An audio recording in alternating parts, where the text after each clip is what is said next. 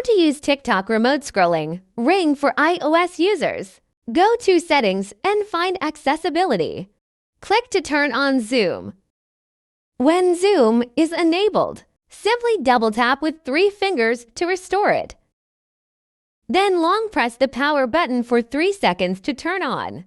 The red and blue lights flash alternately. Then go to Settings and turn on Bluetooth. Search for R2. Click to connect and pair with it. You can click the up and down buttons to switch videos.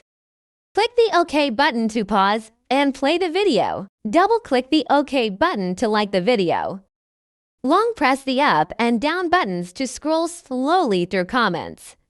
Long press the OK button for 5 seconds to like the live stream continuously.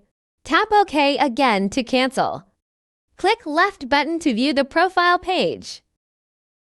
Long press the left or right button to adjust the volume. Double-click the camera button to take photos or videos in the TikTok app. It can also control the original camera to take photos and videos.